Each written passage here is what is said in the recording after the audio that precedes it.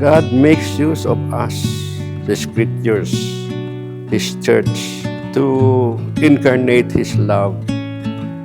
Forgiveness is not about the other person, but forgiveness, it's really about self-healing and self-restoration. May mga sugat sa ating buhay na kayang pagalingin ng biyaya ng Diyos sa paglipas ng panahon. Ngunit may mga alaala ring hindi kailanman nabubura kaagad. Mga bakas ng sugat na nananatili at nakaukit sa alaala. May mga pagkakamaling kayang patawarin, ngunit hindi kayang limutin. At mayroon ding kayang patawarin, ngunit hindi kayang kalimutan. Sa kabila ng lahat, maraming pusong patuloy na naghahanap ng kapayapaan at kapatawaran. Ano nga ba ang pagpapatawad? Ito ba'y paglimot, ang pagbaon sa sakit ng nakaraan? O pag-alaala, ang matapang na pagharap sa sugat, pagyakap sa aral nito at pagpapatuloy sa buhay? O paghilom, ang dahan-dahang pagbangon ng pusong minsang nadurog? Sa bawat kwento ng pigati at pagbangon, naroroon ang isang presensyang hindi nakikita, ngunit tunay na kumikilos. Ang banal na awa ng Diyos.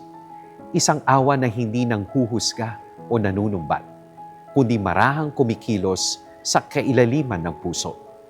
Umaabot sa sugat, yumayakap sa nasaktan, at unti-unting nagdadala ng tunay na paghilom. Sa Pasko ng muling pagkabuhay, hindi lamang si Kristo ang bumangon mula sa kamatayan. Inaanyayahan din tayong bumangon mula sa sugat at anino ng nakaraan, patungo sa liwanag ng panibagong simula, panibagong pag-asa at panibagong buhay.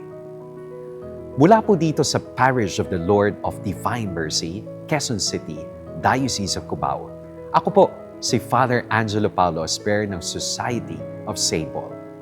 Halina't samahan ninyo kami sa mga kwento ng pagpapatawad. Isang kaloob ng Diyos, isang dakilang regalo na ipinagkakaloob din sa sarili. Isang pasya o desisyon, isang proseso, isang paglalakbay patungo sa ganap na kalayaan at kapayapaan. Tuwing ikalawang linggo ng Pasko ng muling pagkabuhay, ipinagdiriwang natin ang kapistahan ng banal na awa ng Diyos o Divine Mercy Sunday. Ayon kay Pope Francis, ang pangalan ng Diyos ay awa at si Jesus ang mukha ng awa ng Ama. Kung walang awa, habag at malasakit ang Diyos, gugunaw ang mundo. Ang tunay na kaligayahan at kapayapaan ay nagmumula sa tagumpay ng pag-ibig ng Diyos. Noong 1930s, nagpakita ang Panginoong Jesus kay Sister Faustina Kowalska, isang madring Polako mula sa Sisters of Our Lady of Mercy. Ipinakilala niya ang kanyang sarili bilang hari ng banal na awa. Nakasuot ng puting damit na may dalawang sinag na nagmumula sa kanyang puso, pula at puti. Ang pulang sinag ay sumisimbolo sa kanyang banal na dugo. At ang puti naman ay sa tubig, mga tanda ng buhay at kaligtasan. Itinalaga si Sister Faustina bilang apostol ng banal na awa. Iniutos sa kanya na ipinta ang kanyang pangitain at isulat ang katagang, "Jesus, ako ay nananalig sa iyo." Mula rito, isinilang ang isang makapangyarihang debosyon sa banal na awa ng Diyos.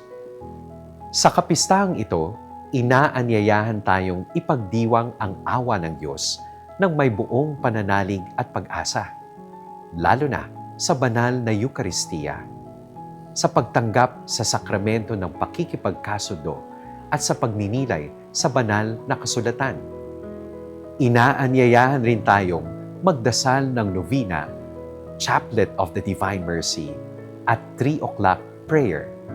Hinahamon rin tayong maging kasangkapan o misyonero ng awa, habag at malasakit sa kapwa. Mismong ang ating Panginoong Hesus ang nagsabi, "Huwag kayong humatol at di kayo hahatulan. Magpatawad kayo at kayo'y patatawarin, sapagkat susukatin kayo sa sukatang ginagamit ninyo. Paalaala ni San Juan de la Cruz, sa paglisan natin sa mundong ito, hahatulan tayo batay sa pag-ibig.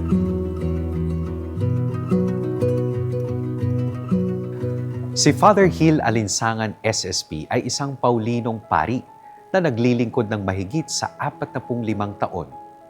Siya rin ay isang manunulat, propesor at dalubhasa sa pag-aaral ng Biblia. Ibinabahagi niya ang kanyang karanasan sa pag-ibig at pagpapatawad ng Diyos sa sakramento ng kumpisal. Ang Diyos ay may utos sa atin na sundin ang kanyang kautusan, pero binibigyan niya tayo ng kalayaan or freedom to choose to obey or disobey Him. Kahit na rin sa panahon ng lumang tipan, ang Panginoon sa pamamagitan lalo ng mga propeta ay nananawagan sa Israel na kanyang bayan. Kaya nga nababasa natin sa Biblia na come back to me. Bumalik kayo sa akin. Ang ibig sabihin ng repentance ay sa salitang Hebrew na sub, bumalik kayo sa akin. Ang Diyos, sabi nila, kinakalimutan na ng Diyos ang mga kasalanan, hindi ba niya tinatandaan, ini-erase pa niya ang lahat ng kasamaan na ginawa laban sa Kanya.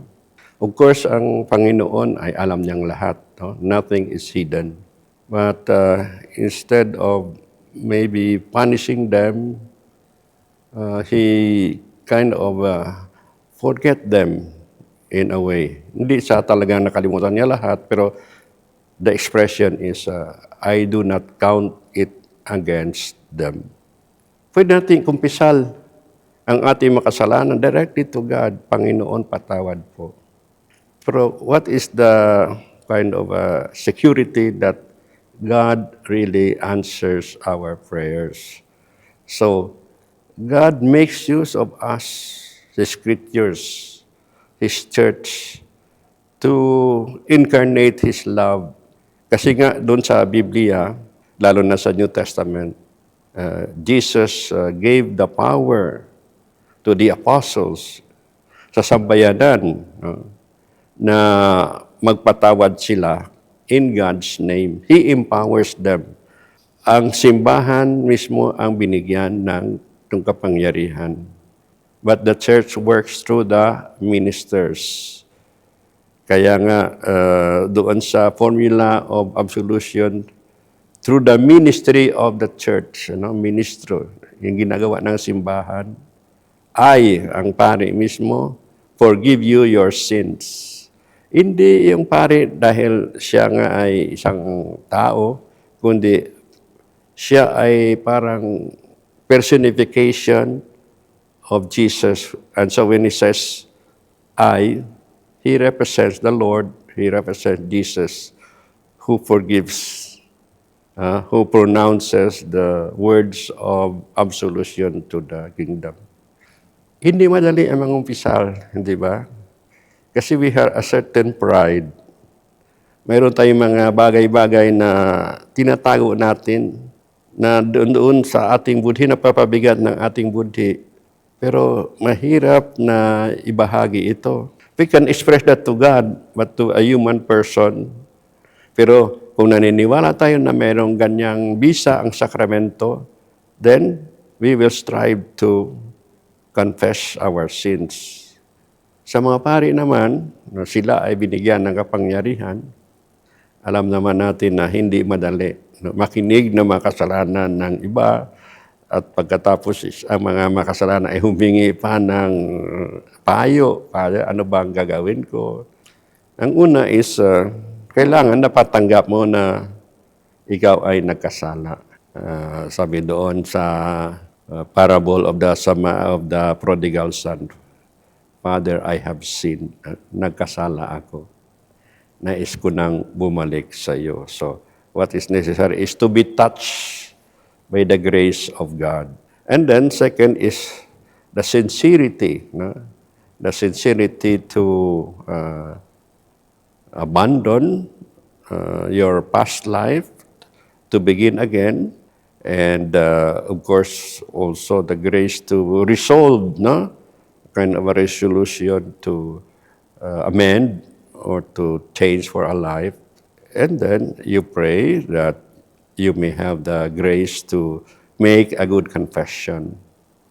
And then, kinig tayo sa payo ng pari, susundin natin ang kanyang penitensya, at higit sa lahat, hingi tayo ng lakas upang magbabagong buhay. No? Hindi naman lahat na nangumpisa ka na maayos na yung buhay. It's always a struggle. No? You can fall again, but you will also have the grace, if you have faith, to rise again from where you fall. Para sa Kanya, ang awa, habag at malasakit ng Diyos ang kaganapan ng Kanyang katarungan. Sa ating paghingi ng tawad sa Diyos, sa ating pagkakautang sa Kanya, hindi lamang niya ito pinatatawad. Bagkus, pinupunan niya tayo ng Kanyang ganap na pag-ibig at pinaghihilom ang ating buong pagkatao. Si Dr. Michelle Alignay ay isang psychologist, guro, speaker, writer, at butihing ina at may bahay. I think one of the things that people find it hard is the path to the right kind of forgiveness. Kasi mahirap siya lalo na kung deeply rooted yung pain o kaya may mga recurring patterns. Let's call it recurring patterns, paulit-ulit.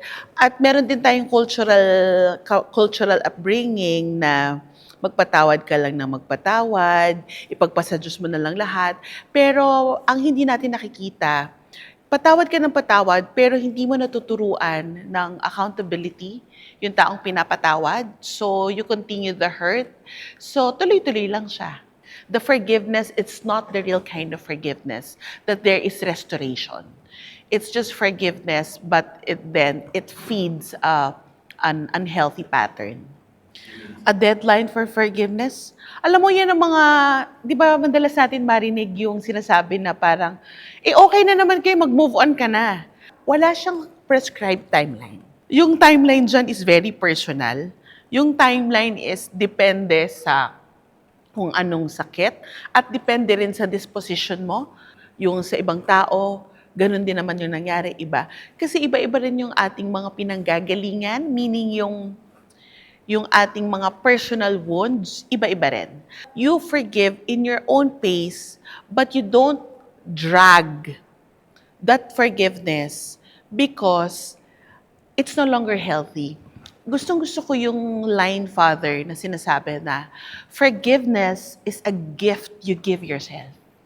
Forgiveness is not about the other person, but forgiveness, it's really about self-healing and self-restoration.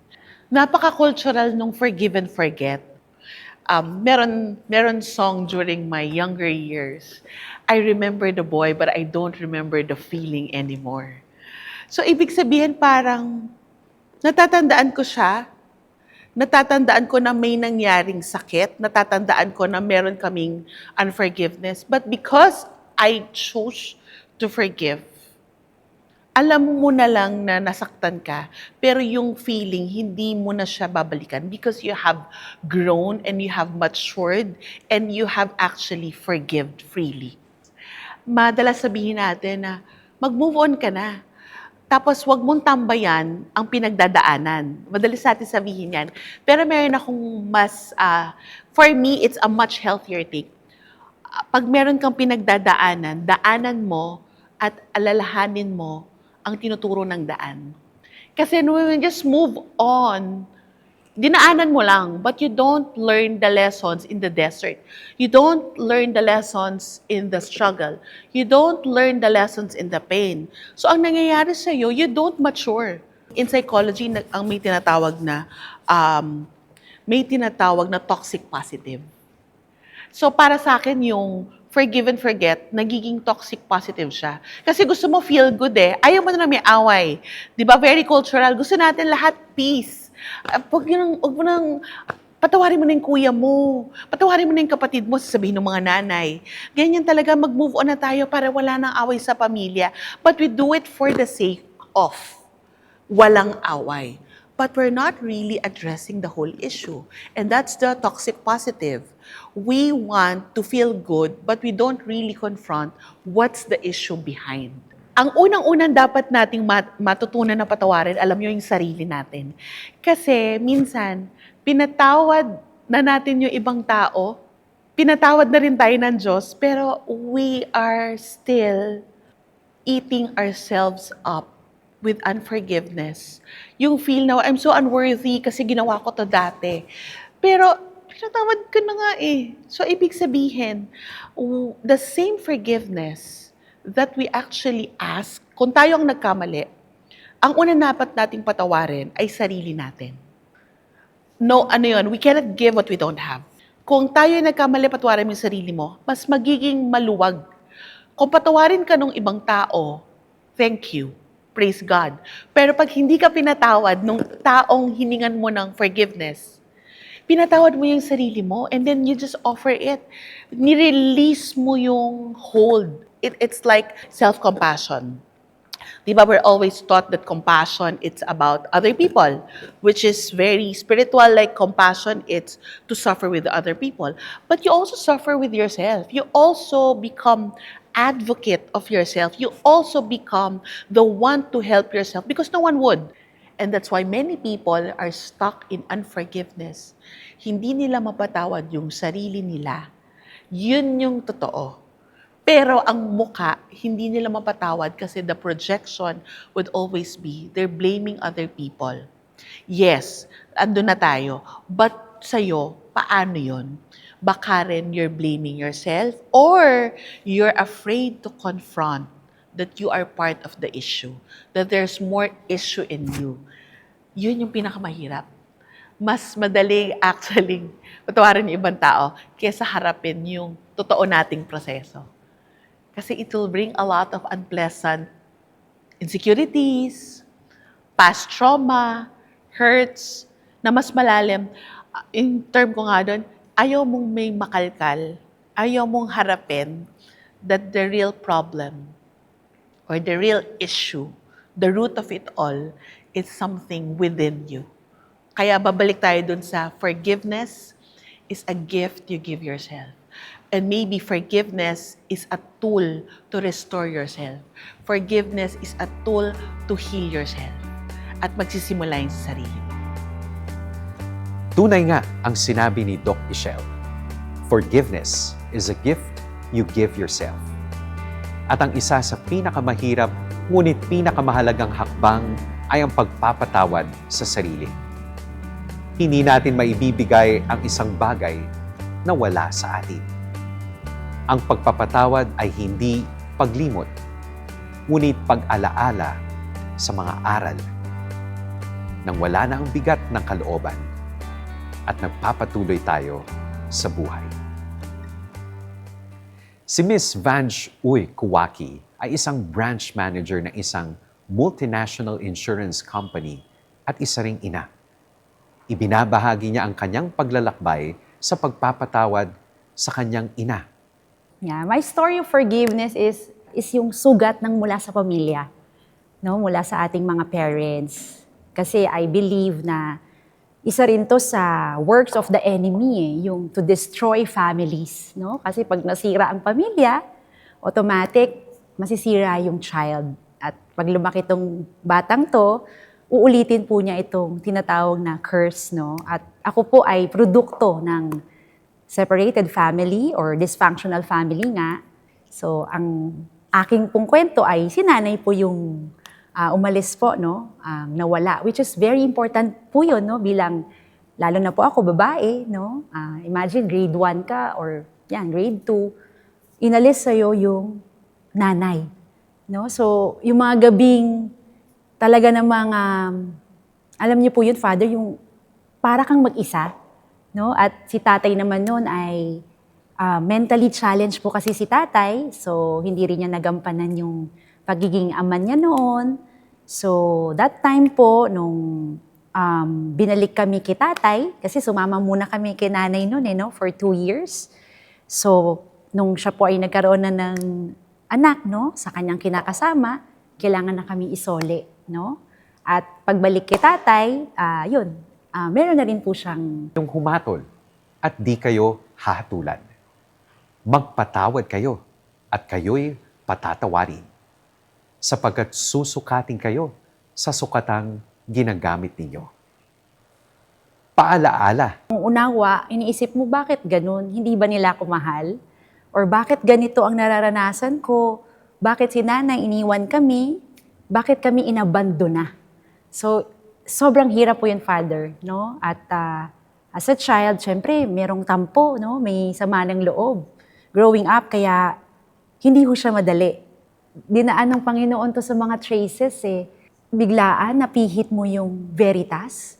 At mapakinggan nga doon si Father Jerry Orbos.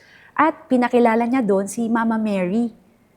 At nung kinukwento niya ang ating mahal na ina, doon ako napag-isip na kahit pala wala akong physical mother sa earth, meron pala akong mahal na ina na nagmamahal sa akin, no, sa langit.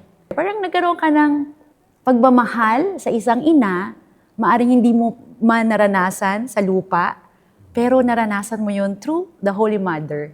Sabi nga nila, forgive and forget, pero hindi po ito totoo eh. Ito sa aking karanasan po is forgive slowly, dahan-dahan, and learn. Mag-learn po tayo kung paano nagpapatawad si Kristo. Masarap palang magpatawad. Proseso pala siya. Hindi siya agad, pero kaya pala siya, Father, sa tulong ng Panginoon. I think, Father, through love, na unti-unti mo, kahit mahirap po yun na iabot o ibigay, pero siguro dahil nga pinahihiram ka ni Lord yung pusong magmahal. And I remember nun, Father, college yun, sabi ko, dalawin ko kaya si nanay. Kasi hindi na ho kami nagkikita eh. And dinalaw natin. At nakita ko yung kanyang sitwasyon na instead na magalit, nakita ko yung mas naaawa. Kasi hindi na rin maganda yung sitwasyon niya during that time, Father. Alam niyo yung Father, paalala ng Panginoon na treat others the way you want to be treated. Kung ikaw ay nasaktan, huwag mong piliing makasugat. Hayaan mo yung sugat na yon, manatili na lang sa'yo. Kasi pag hindi ho natin piniling maghilom, ang tendency po ng taong galit, taong nasusugatan, ay makasugat ulit.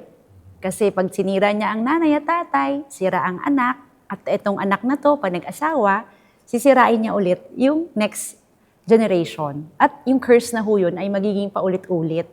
Lagi ka lang dumulog sa Panginoon. Hindi natin siya kaya. As a human, our human capacity is limited. Talagang hindi natin siya kaya. Hingin mo parati sa Diyos na tulungan po tayo na palakihin yung pusong yan. Hilingin natin sa Diyos na, Lord, sana matuto kami dun sa storya mo. Gumaya kami kung paano ka nagpapatawad.